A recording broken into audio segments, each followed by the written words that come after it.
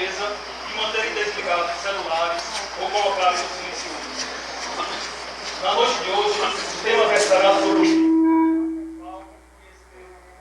psicografado pelo médico Francisco Cândido Xavier.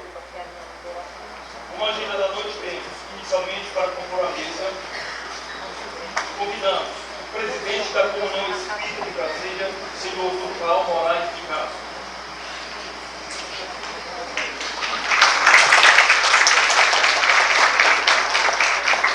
Convidamos a diretora de estudos sistematizados da Comunhão Espírita de Brasília, Germana Castro.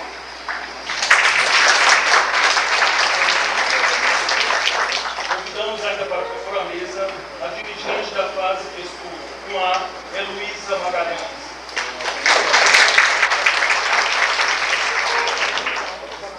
Convidamos também o dirigente da fase de estudo 1A, Bruno Amador.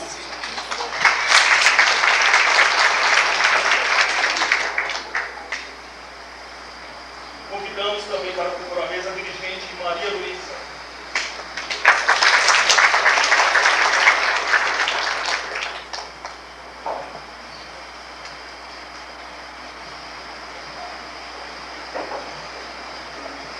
Pedimos à nossa colega Maria Luísa, dirigente fase de estudo, para fazer a prece inicial.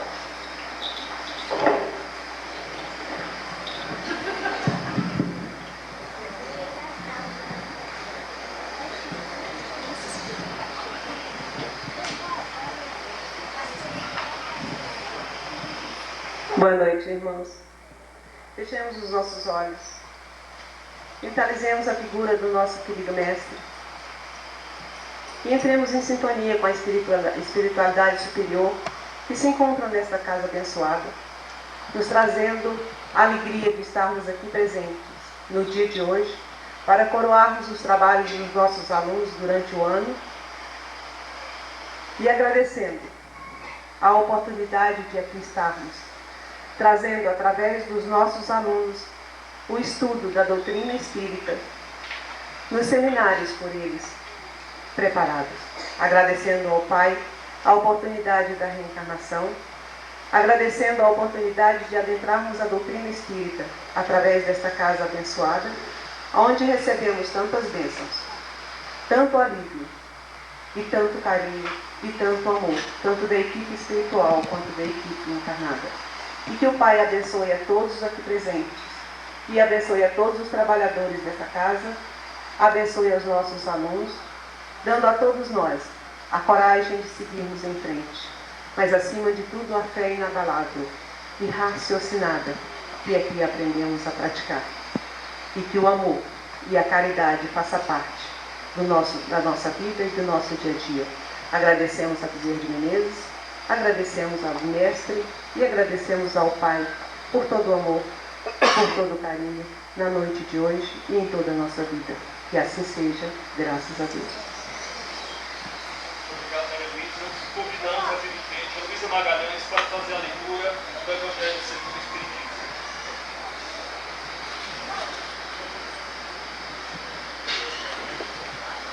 É do capítulo 6, o Cristo Consolador. O jugo leve.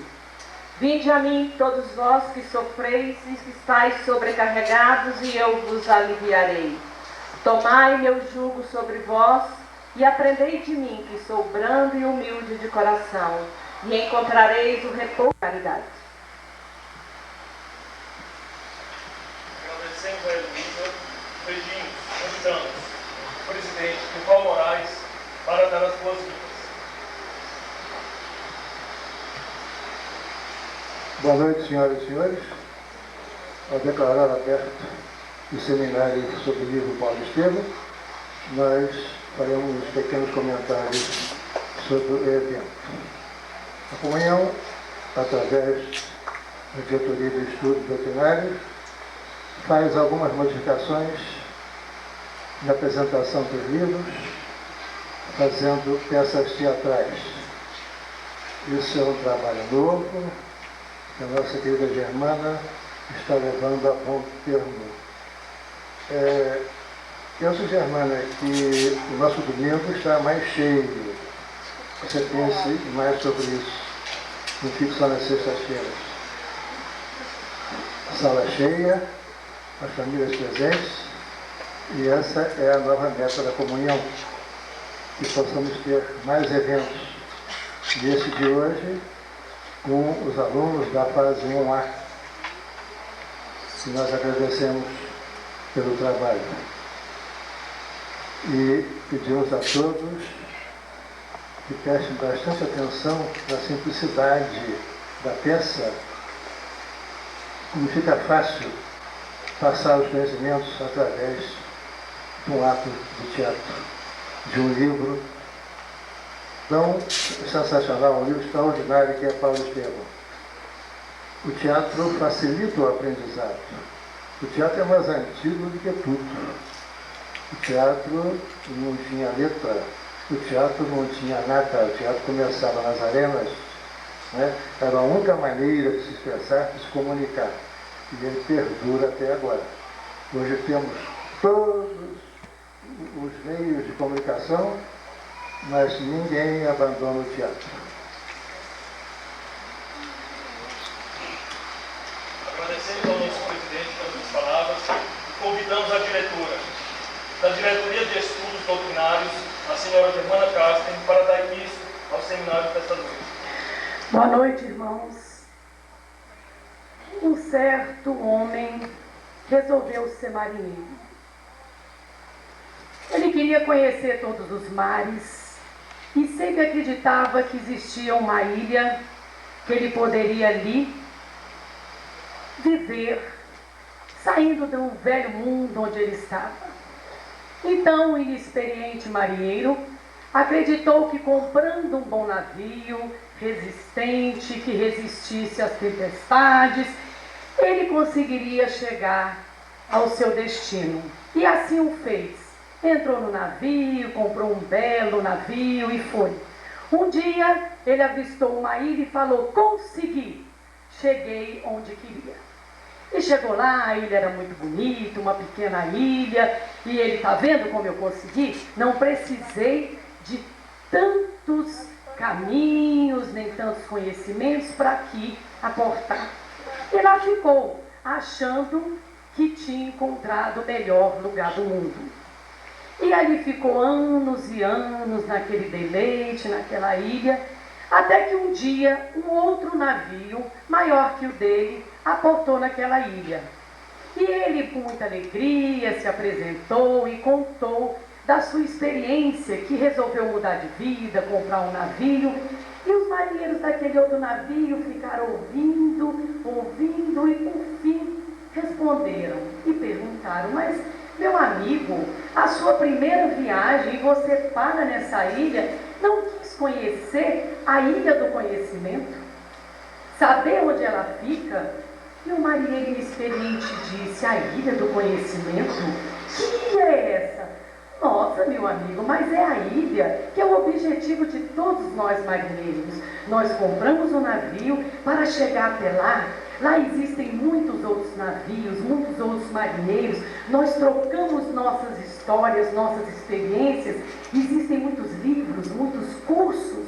E lá nós aprendemos muito, inclusive, a navegar e a utilizar uma bússola para a gente saber onde chegar, a decifrar os mapas, a sabermos a ler a viagem pelas estrelas. Mas do que se trata tudo isso? Mapa, bússola, ler? Como é isso? Latitude? O que é isso? Ele falou: claro, meu amigo, você precisa de chegar na ilha do conhecimento. Então, irmãos, o estudo sistematizado da doutrina espírita, ele é essa bússola, é este mapa. O seminário dos alunos, ele foi criado para que fosse essa bússola para os alunos. Os alunos sobem as escadas, se matriculam e conhecem a doutrina espírita através de suas 7 fases. E em seguida, no estudo mais aprofundado de temas específicos. E assim, eles conferem a si mesmos a experiência desses marinheiros que foram até a ilha do conhecimento e conseguiram ler mapas e conseguiram ler uma bússola, utilizar essa bússola. E o seminário Qual o objetivo do seminário dos alunos? É exatamente dizer ao aluno, fazer conhecer quais as obras clássicas, as obras fundamentais para que o estudante espírita, para que o participante do estudo sistematizado saiba onde encontrar os princípios básicos, a essência, o conhecimento fundamental da doutrina. É importante, primeiro, trilhar essas coleções, e os seminários, desde o início do ano, vem trazendo e apresentando ao público e aos demais alunos e os da comissão que realizam cada seminário, quais são essas coleções que realmente estruturam e sedimentam o conhecimento espírita idôneo, sério. Por isso, irmãos, é com grande satisfação que hoje nós estamos encerrando os seminários dos alunos, realizando o último seminário, contando com esses 7 coleções que foram apresentadas, hoje encerrando com um livro memorável, lindo e belo, que é essa pérola literária Paulo Estevam. E podemos dizer para os senhores, que pelo que nós sabemos dos ensaios, hoje este encerrará com louvor, como todos os demais, o seminário dos alunos. Portanto, assistam, se sintam estimulados a ler o livro, a conhecer toda a coleção. E para aqueles que ainda não tiveram motivação para subir as escadas e se matricularem no estudo sistematizado, façam, porque é uma oportunidade única. Obrigado, estejam em paz. Agradecemos as palavras da Germana Carsten e a todos que compuseram a mesa, nosso presidente, a Germana representando a diretoria e todos os dirigentes da parte do estudo. Convidamos para que se desloquem para o banco que está reservado na primeira fila, para que possam prestigiar melhor a peça.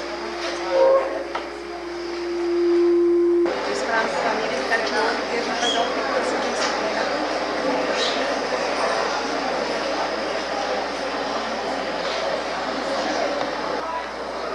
nossos passageiros e passageiras, bem-vindo a bordo deste navio, um navio que não tem início nem fim, não tem tempo nem espaço,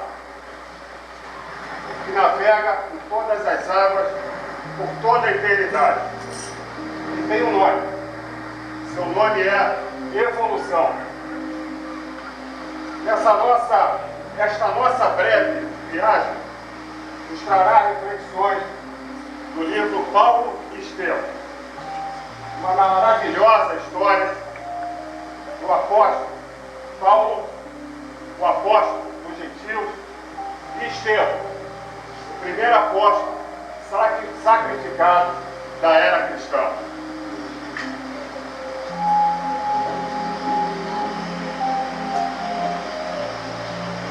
Minha gente do mar, temos que partir. Embarquem.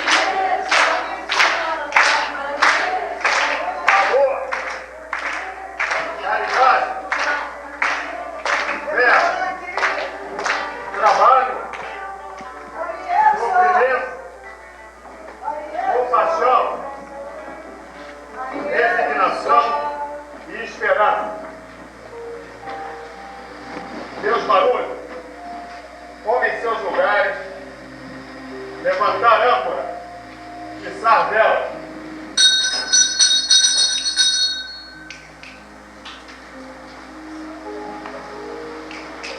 O autor desta obra é o Espírito Superior Emmanuel, sendo psicografado pelo nosso Chico Xavier.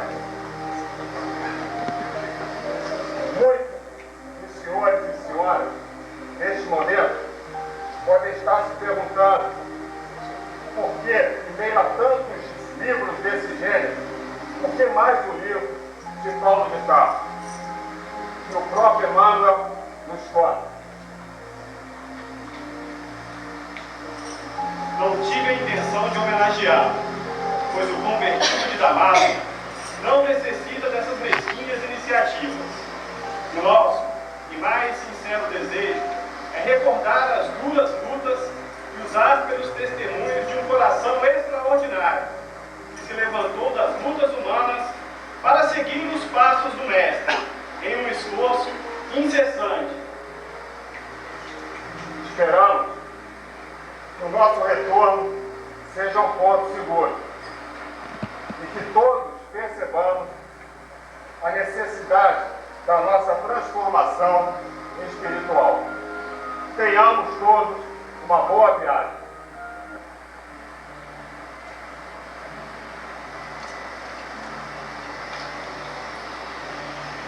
O ano é de 34 depois de Cristo, ou seja, há cerca de um ano, o Senhor Jesus Cristo foi crucificado na cidade de Jerusalém. Estamos agora na cidade de Corinto, uma cidade cosmopolita, habitada por grande número de pessoas de várias origens. O nosso primeiro personagem chama-se Joquebed, israelita, pai de 2 filhos, Abigail e Jesiel, e seguidor fiel da lei de Moisés. Após o confisco de sua última propriedade, inundado de raiva e baseado na lei de Moisés, olho por olho e dente por dente, Joquebed resolve atear fogo às terras do maior senhor romano da região, Licínio Múcio. Preso, Joquebed é julgado e castigado até o seu desencargo. Seu filho Jesiel, que havia se apresentado como responsável pelo incêndio, é condenado a trabalhos escravos em um dos barcos empregado naquela época no tráfico marítimo. Jesiel, Abigail, sua filha, no momento da morte do seu querido pai e perante o sofrimento do seu irmão, dando mostras de fé inabalável, ajoelha-se e, erguendo os olhos ao alto, começa a orar. Senhor, Pai dos que choram, dos tristes, dos oprimidos, fortaleza dos vencidos, consolo de toda dor. Embora a miséria amarga, os prantos de nosso erro, deste mundo de desterro, clamamos por vosso amor. Nas aflições do caminho, na noite mais tormentosa, sois a fonte generosa do bem que não se secará. Sois em tudo a luz eterna, da alegria e da bonança, nossa porta de esperança que nunca se fechará.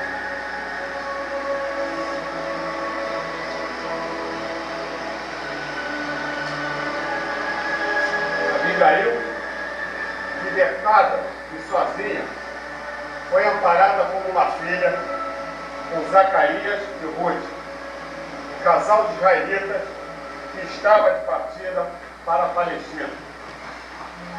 Jesiel, no barco, como escravo e com sua fé inabalável, curou um ilustre passageiro romano de uma peste desconhecida, adquirindo a mesma doença. Reconhecido este passageiro romano, intercede pela sua libertação do porto de Jope. Jesiel, então, sozinho e doente,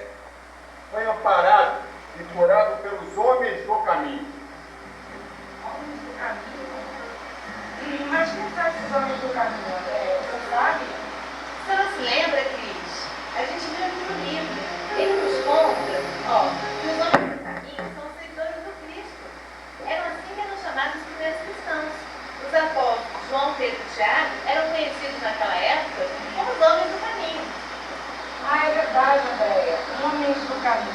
Foi a primeira designação dos cristãos. É seguidores do Cristo.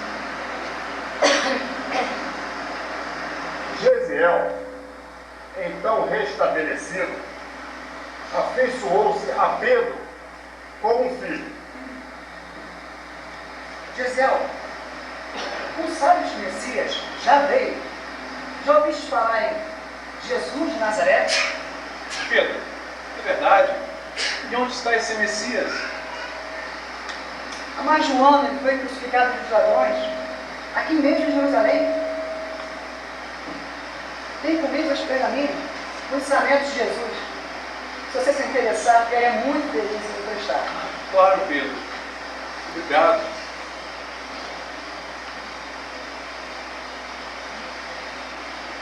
Creio ter encontrado o tesouro da vida. Preciso examiná-los com mais vagar. Saturar-me da sua luz.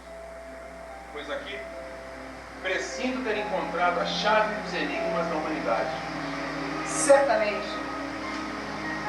O Cristo nos trouxe a mensagem do amor.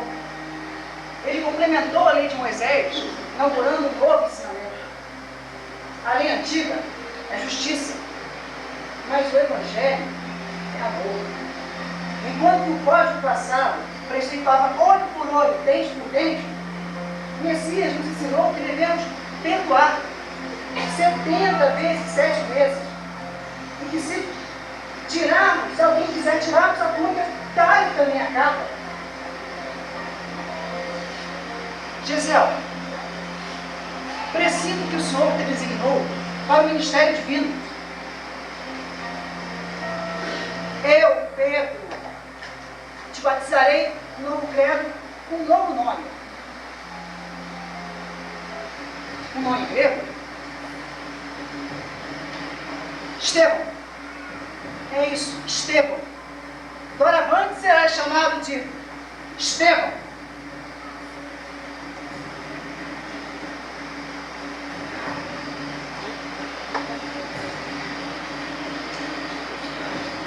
Assim, começou para o jovem de Corinto uma vida nova, um novo caminho de luz. Enquanto isso, sua irmã Abigail estava noiva de Saulo de Tarso, um jovem israelita com 30 anos, possuidor de temperamento indomável, rico de agudeza e resolução.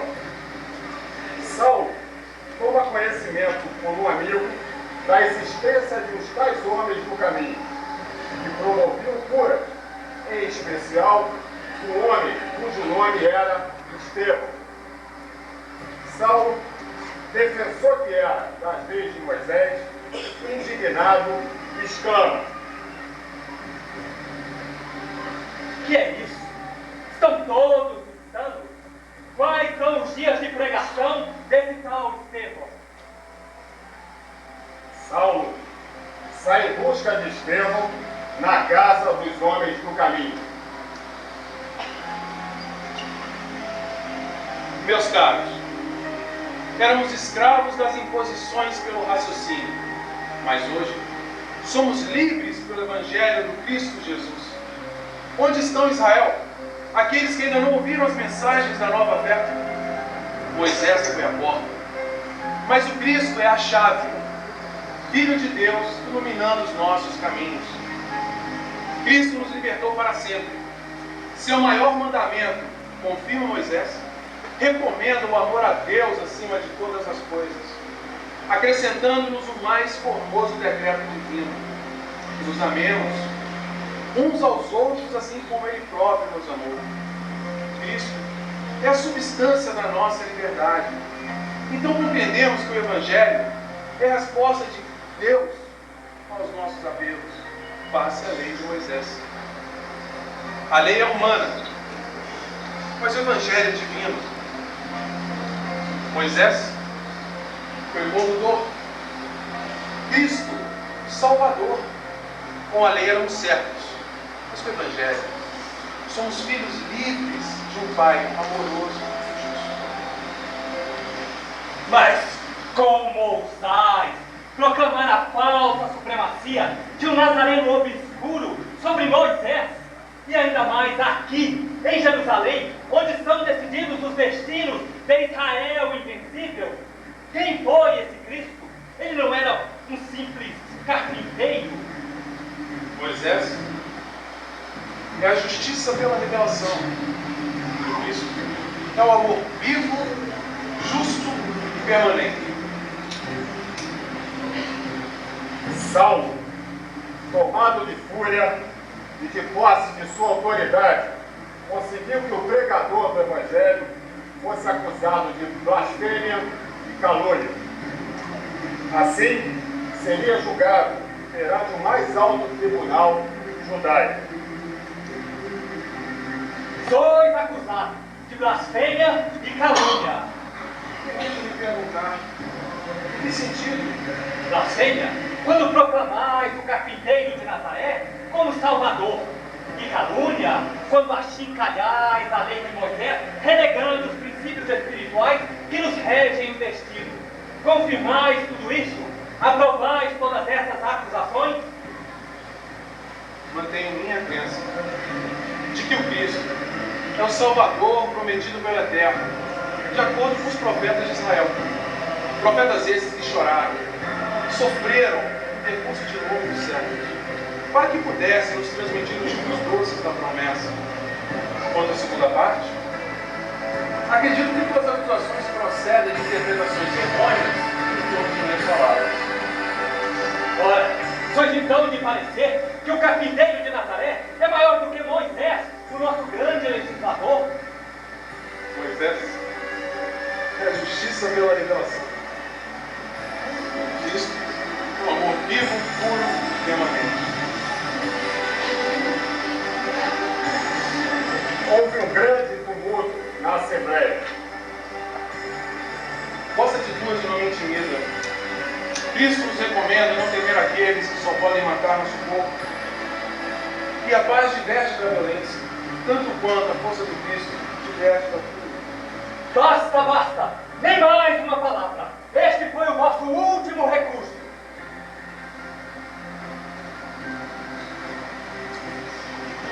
Meus tripulantes, façamos uma reflexão neste momento.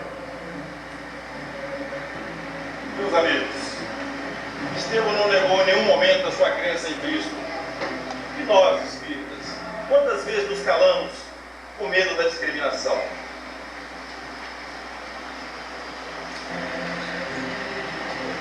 Após a prisão de Estevão, as perseguições aos seguidores do Cristo iniciaram-se com toda a força. Saulo também prende pessoalmente Pedro, João e Filipe. Gamaliel, o antigo mestre de Saulo, o convence a libertar os 3 presos. Porém, Saulo não liberta Estevão, por achar que ele fosse o mentor daqueles homens. Diante do novo e do desconhecido, sempre temos essa atitude, negamos tudo.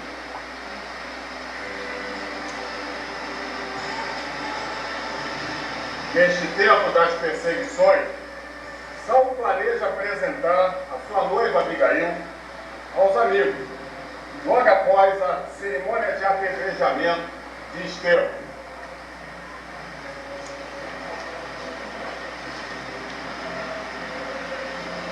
Vejamos o que narra Emmanuel.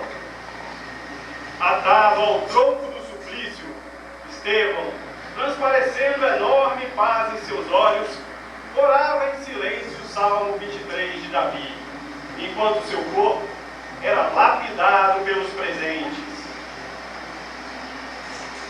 Agora, o mártir do caminho sentia-se amparado por forças poderosas e intangíveis.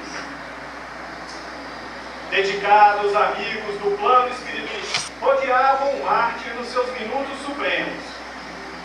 No caminho de luz, desdobrado à sua frente, reconheceu que alguém se aproximava, abrindo-lhe os braços generosos.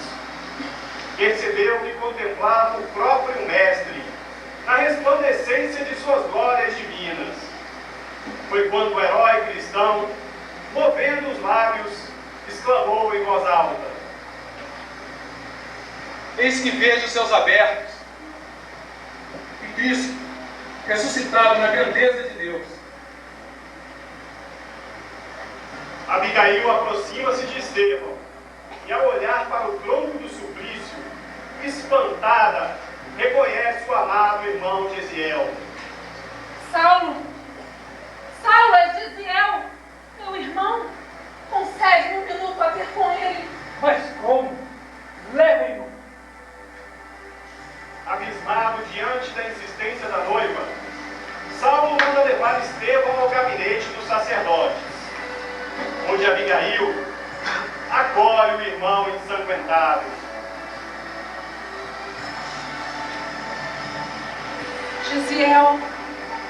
Gesiel, quando te vejo, parece-me que o suplício te durou desde o dia em que nos separamos. Estou bem. Não chores. Estou com Cristo.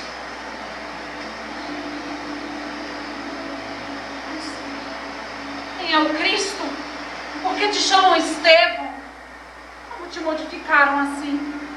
Cristo é o nosso Salvador. E agora me chamam de Estevão. Ninguém será reconhecido a Deus se não mostrar agradecimento aos homens.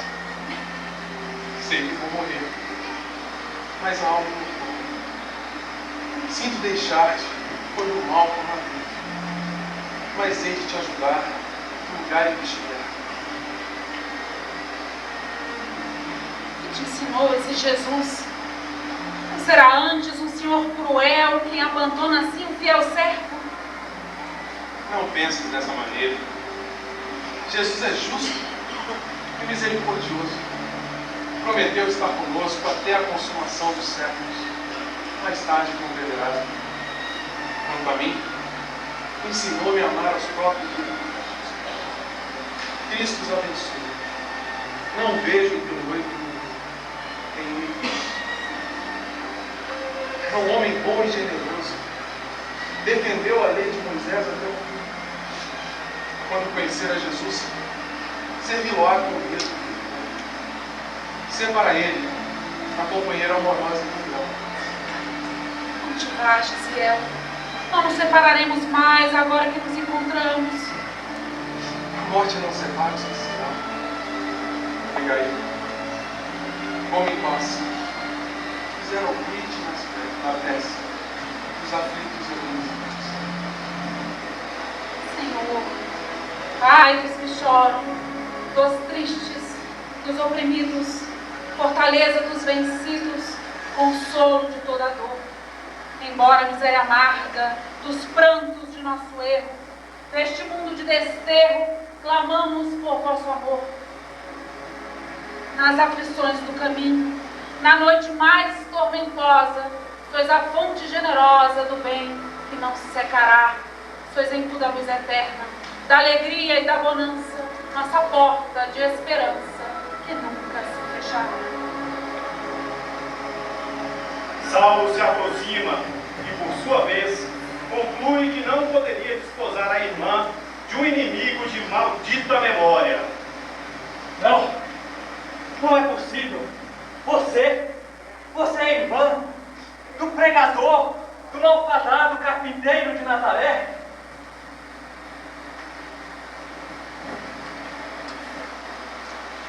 O que esta passagem de Estevão nos traz? Estevão nos dá a maior lição de amor ao próximo. A gente se aborrece com pequenas coisas, gastando muita energia à toa, quando deveríamos nos concentrar na maior lição de Cristo, que é perdoar 70 vezes 7 vezes. Abigail, adoecida, conhece o velho Ananias, que lhe apresenta o Evangelho do Cristo, o qual passa a seguir com uma forte determinação. Saulo, angustiado, busca Abigail na tentativa de uma reconciliação, encontrando-a definitivamente convertida ao cristianismo e às portas da morte.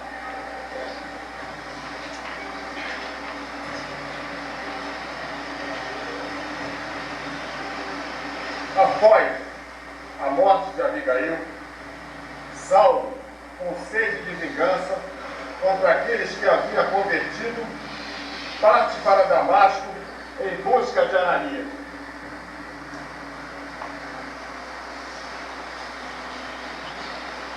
Quando não entendemos o porquê das coisas, quase sempre encontramos um culpado qualquer.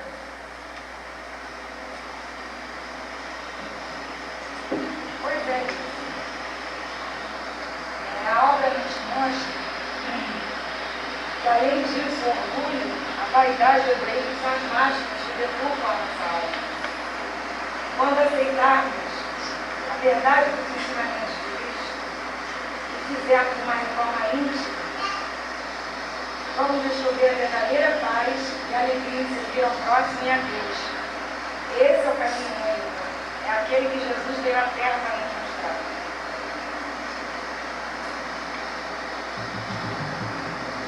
Saulo, com sede de vingança, aproxima-se das portas de Damasco e é envolvido por estranha luz que o confunde e o desequilibra.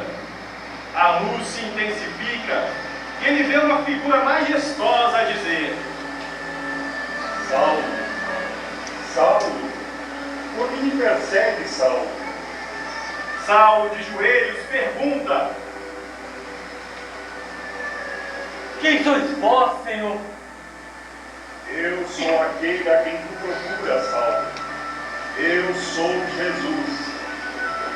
Saulo, banhado em pranto, faz ali mesmo sua profissão de fé. Senhor, agora que o reconheço como Messias, o nosso Salvador, que quereis que eu faça? Levanta-te, Saulo. Entra na cidade e lá te será dito o que te convém fazer. A felicidade do Cristo. Saulo, agora cego, libera a caravana para retornar a Jerusalém, enquanto ele, acompanhado de apenas um servo, dirige-se à cidade. Os companheiros de Saulo acreditam que ele está delirando quando afirma ter visto o Jesus Nazareno.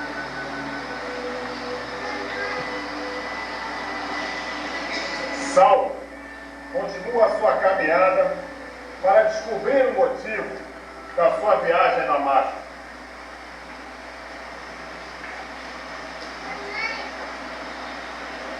Jesus mandou-me entrar na cidade para saber o que me convinha.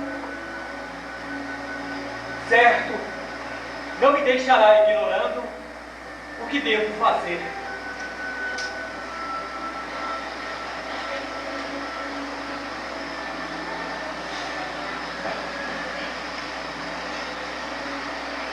Saulo foi recebido por Ananias, aquele quem vinha perseguindo.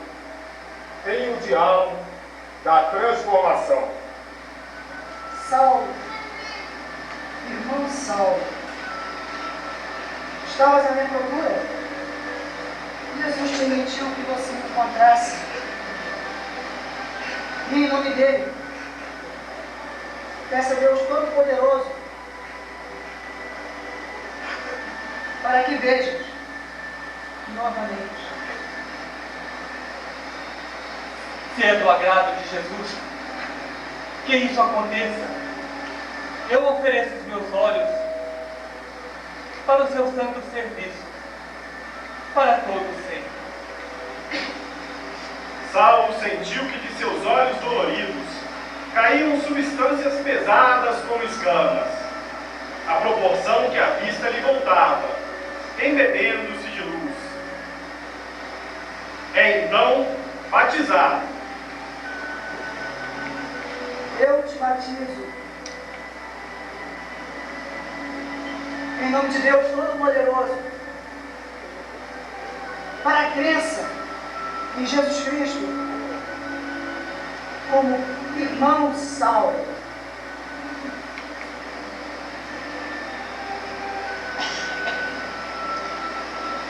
Ananias, transformaste-me para Jesus, e eu serei dele eternamente. A misericórdia do Cristo suprirá as minhas fraquezas.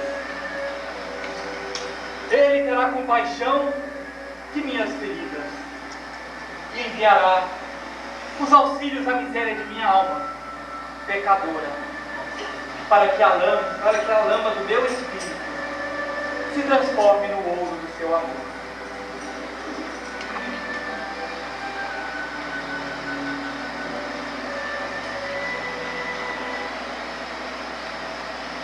É impressionante, Andréia. Saulo encarou a aparição de Ananias como uma revelação. É isso mesmo, Cristina. Agora, ele consegue enxergar a verdade renovadora do Cristo. E volta a ver com a alma transformada. Nossa, diante de tudo isso, é necessário reconhecer que o Evangelho do Cristo é da humildade, da esperança, do perdão, da caridade e do amor. Saulo, agora transformado, penetra no mundo espiritual através do sonho e encontra Estevão e Abigail.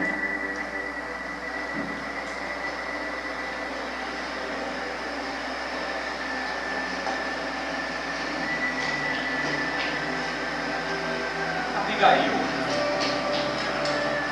Estevão, perdoem-me. Levanta-te, Saulo. Estaria desalentado enquanto a tarefa apenas se inicia? Não te detenhas no passado. Quem haverá no mundo isento de erros? Só Jesus foi puro. Saulo não pôde furtar-se das reflexões de homem e esquecer os sonhos desfeitos. Pensou no lar que poderia ter constituído. Nunca nos faltará um lar. Tê-lo-emos no coração de quanto vierem ao nosso caminho. Quanto aos filhos, temos a humanidade inteira que Jesus nos levou em sua misericórdia. E os filhos do Calvário são nossos também. Não te entregues ao desalento. Nossos antepassados conheceram o Deus dos exércitos. E nós conhecemos o Evangelho de Cristo, que é o Senhor do nosso coração. É preciso ser fiel a Deus, Saulo. Mesmo que o mundo inteiro se voltasse contra ti, possuirias um tesouro inesgotável do coração fiel. Esvazia-te dos pensamentos do mundo. Experimentando o infinito consolo, Saulo chegava a perturbar-se pela incapacidade de articular uma frase. Reclama aos companheiros, de acordo contigo em tua caminhada, se Jesus não esteve, os apóstolos mais amados oravam, dormiam enquanto ele orava sozinho no outro. Concorda com Jesus que trabalha, toda vitória é difícil, mas somente assim realmente chegaremos à evolução espiritual. Saulo sentia-se elevado. Esperanças novas bafejavam-lhe a alma. Entretanto, parava no espírito grande interrogação. O que fazer doravante para confiar? Lembra-te que é preciso dar. Jesus deu ao mundo quanto possui. Saulo alinhava mentalmente grande número de perguntas. O que devo fazer para adquirir a compreensão perfeita dos desígnios do Cristo? Primeiro, e antes de tudo, ama. E como proceder para que ela não alcance a elevada expressão do esforço com Jesus? Ama o trabalho. Que providências adotar contra o desânimo destruidor? Quando tiveres aprendido a amar, perdoar, agora espera. Saulo concordava que se fazia indispensável amar, trabalhar, esperar. Como agir no âmbito de forças tão heterogêneas? Como conciliar a riqueza do Evangelho e suas preciosas lições com a indiferença dos homens? Saulo, após ter aprendido todas as lições anteriores, perdoa.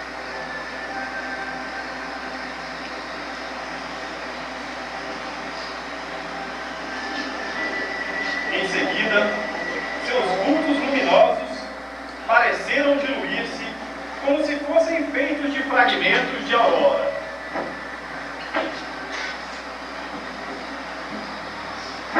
Após essa experiência do encontro com os amigos espirituais, Saulo descobre a mediunidade.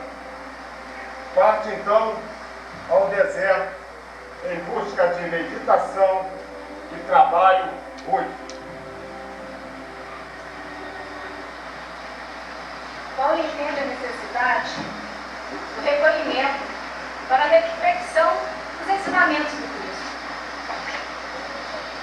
Quando aquietamos a mente, conseguimos plantar em nossos corações a semente do trabalho do Cristo, a sabedoria da paciência, a grandeza do perdão. E assim, com o coração aberto, amar a Deus sobre todas as coisas. E ao próximo. Continua.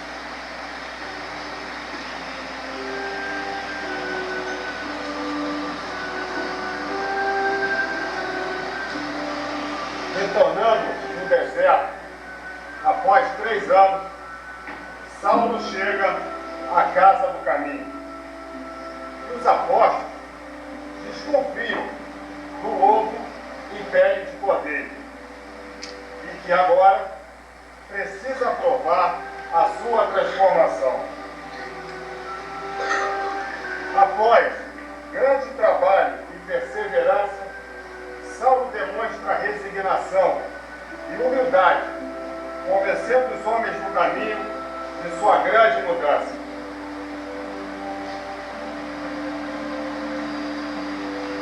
O mestre chama Saulo e, para responder ao apelo, iria incondicionalmente aos confins do mundo. Os seguidores do caminho agora se intitulam cristãos.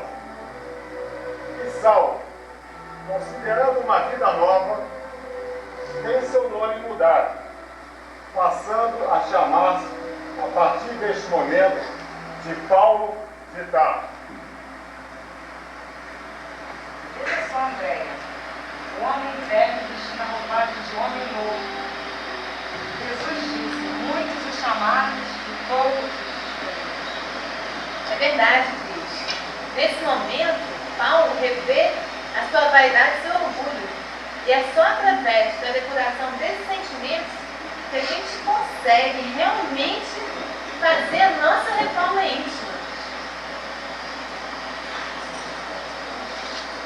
Você tem que pensar o seguinte, Paulo, sobre exercitar a humildade, ele teve que ceder em suas opiniões em prol do objetivo comum.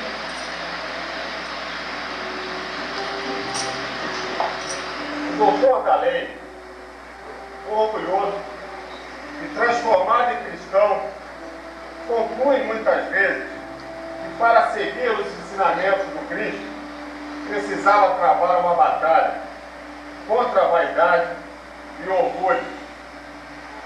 Sentindo-se incapaz de atender a todas as necessidades ao mesmo tempo, Paulo rogou a Jesus: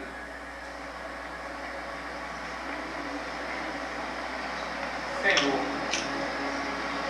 permita que não me falte os recursos necessários para o cumprimento integral da tarefa. Não temas, Paulo.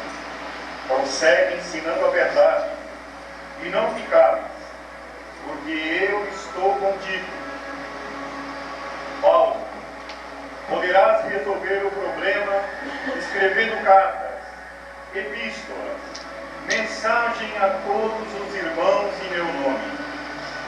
Os de boa vontade saberão compreender, porque o valor da tarefa não está na presença pessoal do missionário, mas no conteúdo espiritual do seu verbo, da sua exemplificação e da sua vida. Doravante, Estevão permanecerá mais próximo a ti, transmitindo sempre os meus pensamentos. Assim, começou o movimento das epístolas imortais. Epístolas? O que é isso? As epístolas são as cartas deixadas por Paulo para ajudar a difundir a doutrina cristã, como, por exemplo, a primeira cristã, aos Coríntios.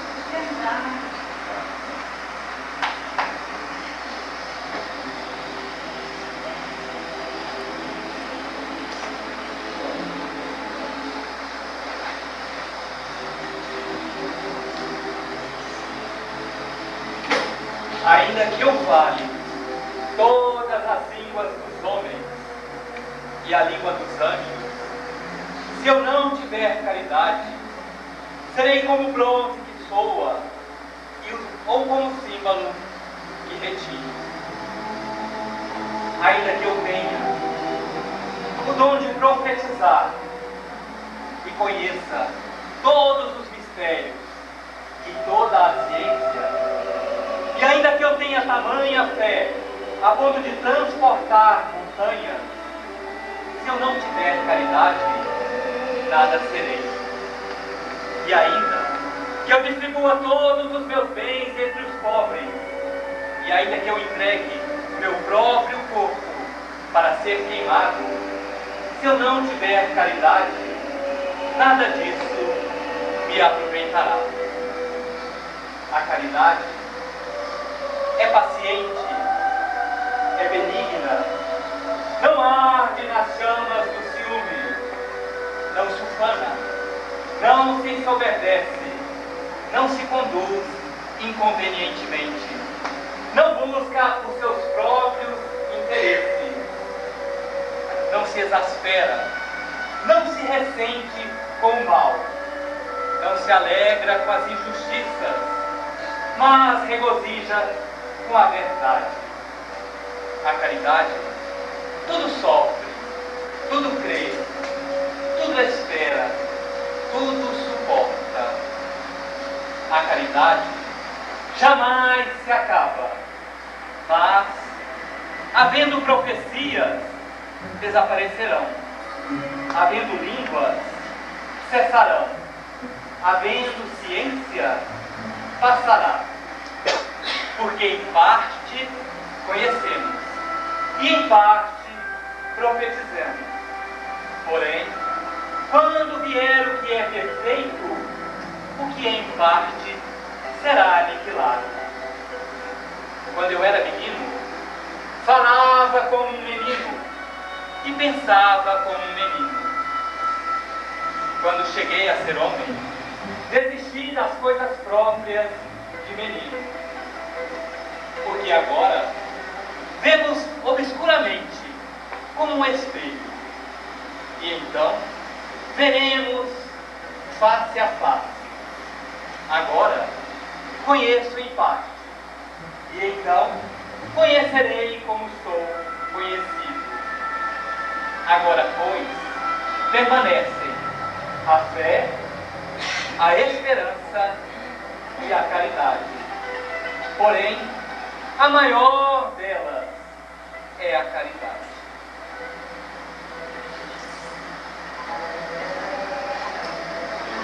Quando estava prestes a partir em direção a Roma, recebe um apelo de Tiago, para ajudá-lo em Jerusalém. Paulo reluta em atender, pois os dois sempre tiveram posições contrárias. No entanto, ao abrir o Evangelho, encontra o seguinte texto: concilia com o teu adversário.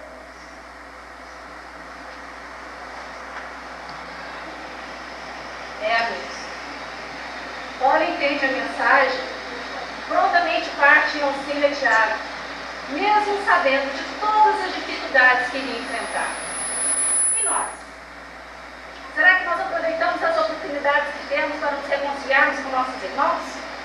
Ou será que deixamos o orgulho e a vaidade desperdiçar essas oportunidades sagradas que recebemos?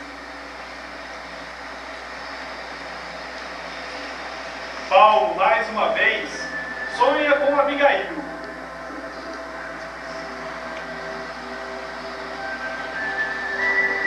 Paulo, não te inquietes, deverá ir a Jerusalém cumprir um sublime dever.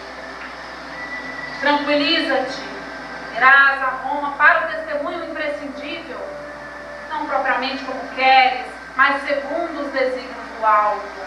Depois será a nossa união eterna, à luz do amor e da caridade, do Evangelho de Jesus Cristo. Aquelas palavras caíram-lhe na alma com a força de uma profunda revelação.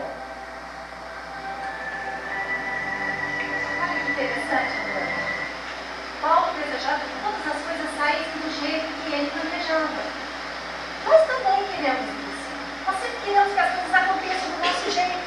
E quando não acontece, ficamos aborrecidos, ficamos chateados, achamos que o mundo inteiro está contra a gente e esquecemos de confiar na providência divina e de que nada acontece por acaso. Nossa, Lúcia, você tem razão. A oração que Jesus nos ensinou fala: Pai nosso que estás no céu, seja feita a vossa vontade. E a gente fica querendo, e até reza para que seja feita a nossa vontade, em vez de orar, rezar, pedir coragem, força e resignação, para que a gente aceite os desígnios do Pai. É verdade.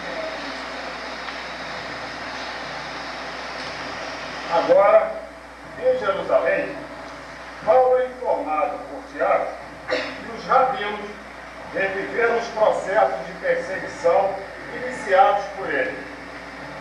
Naqueles minutos já, reviu seus atos contra aqueles que agora eram seus irmãos de crença. Paulo, preso pelo tribunal judaico, então chamado de Sinédrio, é condenado ao apedrejamento, no mesmo troco que Gessiel se imolara por amor ao Evangelho. Tem então a oportunidade de refletir sobre a extensão do sofrimento que o fanatismo e a ignorância causam ao mundo. Pois é, pessoal. Paulo Estevão nos mostra Paulo recebe as missões de coração aberto e grato à oportunidade de sentir a fundo seus próprios sentimentos, impostos por ele mesmo aos seguidores do caminho. Assim purifica seu espírito e dá o exemplo a todos que o conheceram.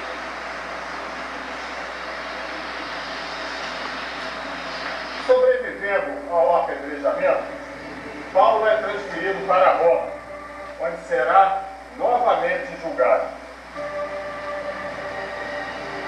Após o famoso incêndio de Roma, os cristãos foram perseguidos, presos e mortos de maneira bárbara. A reconstrução do circo romano é comemorada com a morte de inúmeros cristãos. Paulo de Tarso, no entanto, é levado sozinho aos arredores do cemitério e, tendo sido informado de sua sentença de morte,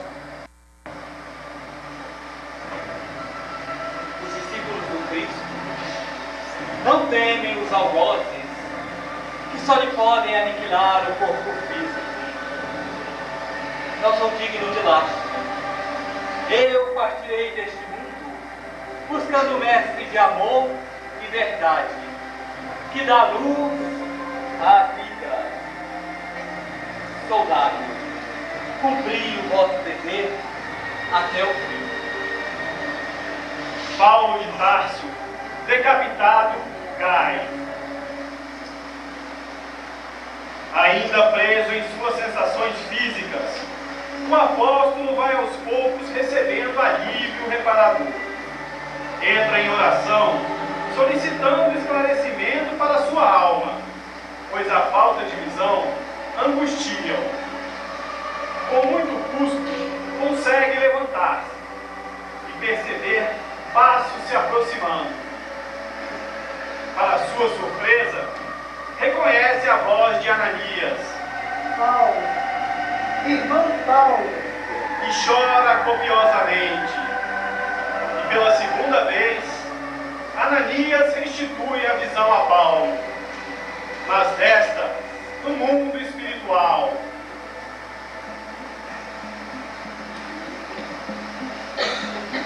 Acreditamos na existência do Espírito e na sua imortalidade, o medo da morte perde sentido.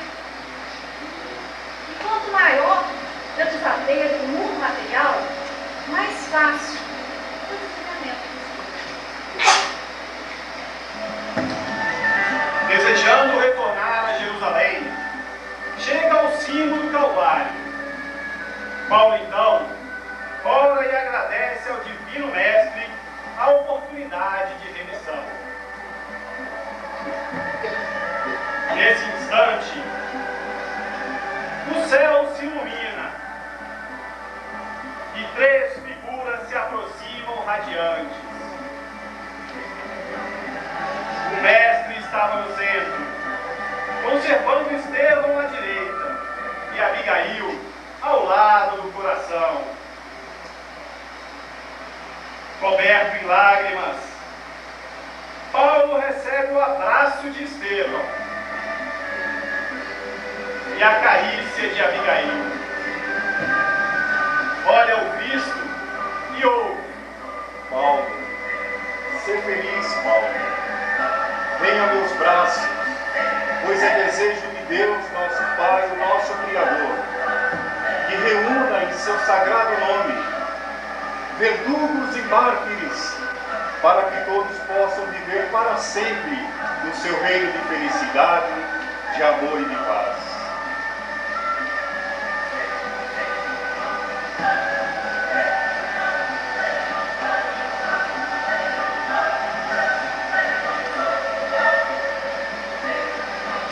Pessoal, cada um colhe o que plantou. Paulo soube entender os sofrimentos como oportunidades de crescimento espiritual, sabendo aproveitar todas as oportunidades que lhe foram dadas. Nós também podemos e devemos crescer espiritualmente. Basta lembrar do exemplo de Paulo de Tarso, de sua fé inabalável no Cristo.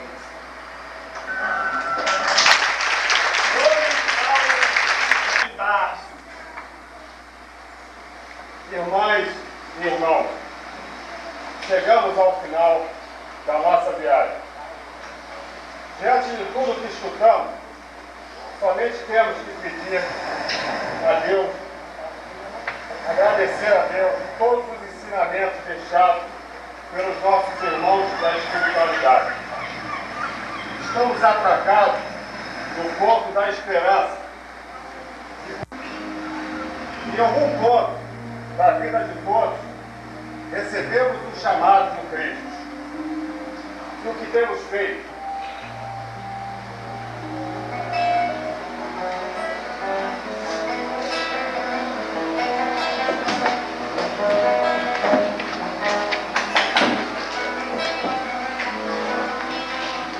Na estrada de Damasco, a divina luz brilhou, com eterno para o Cristo, aquele que gritou.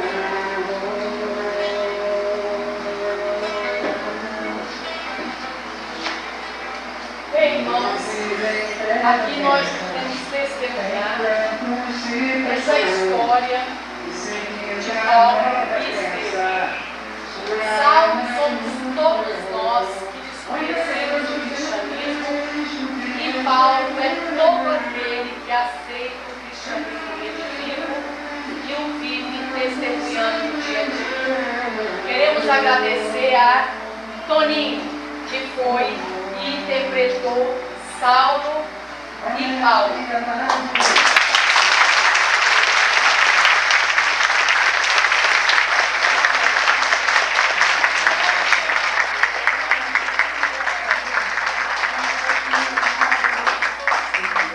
Cristine Aguiar, soldado,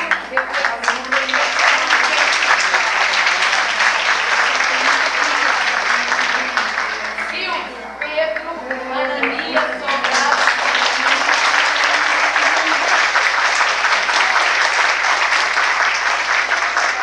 E o compositor dessa música também.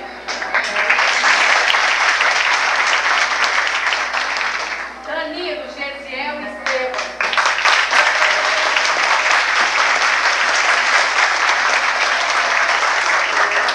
Lívio, soldado, serve ontem no caminho.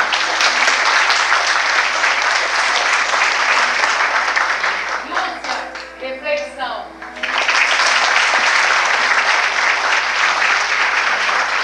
Andréia, reflexão, ser espiritual.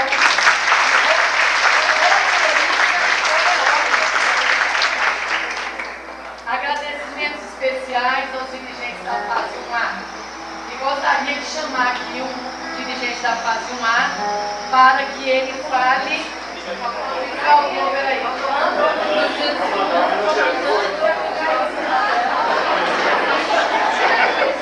Mas ele vem depois, né?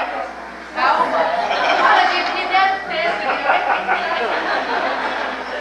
Deixa eu agradecer, depois eu leio, eu chamo e agradeço. Roteirista. Agradecimentos especiais aos dirigentes da fase 1A que invitaram todos os esforços para esse evento acontecesse, em especial aqueles que sem a sua contribuição não seria possível o sucesso desse encontro. Agora sim, vou citá-los. São eles, Divaldo Mansano, diretor de performance.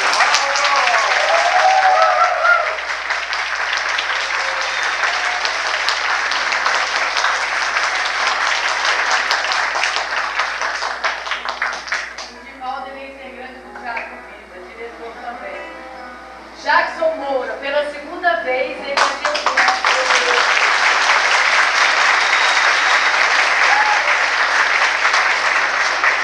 Jackson é orador de nossa casa e ele também é dirigente do Elcio. Tatiane Boss é coordenadora da fase 1A.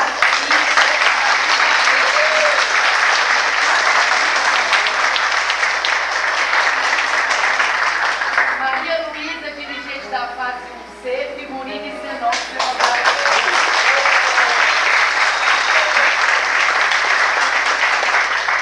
Luísa Magalhães é conselheira, faz parte do conselho diretor da casa e é dirigente também da fase 1A.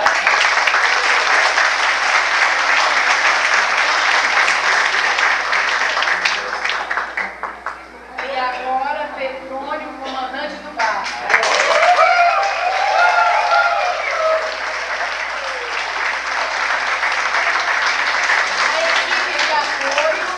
Os sinceros agradecimentos a Carla, a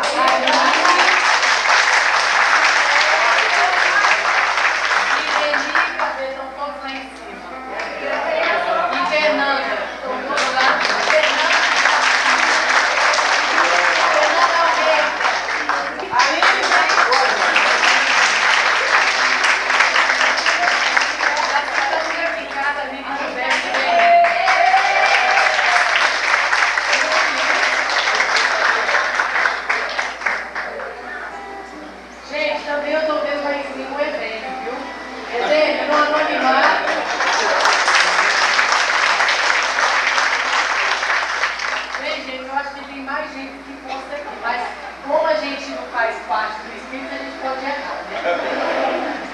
nós gostaríamos de chamar o nosso presidente Duval para algumas palavras aos nossos queridos alunos e dirigentes que ensaiaram, gente, das 9h30, entrando à madrugada.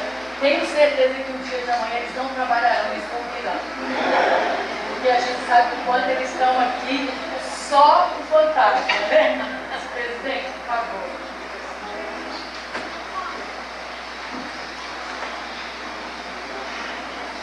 Esses não são profissionais, são alunos da fase 1A. Não são também artistas amadores, são alunos da fase 1A. Obrigado pelo esforço. Outros, pelo tempo para o treinamento e por uma bela apresentação. Na fase B, nós vamos pegar vocês de novo.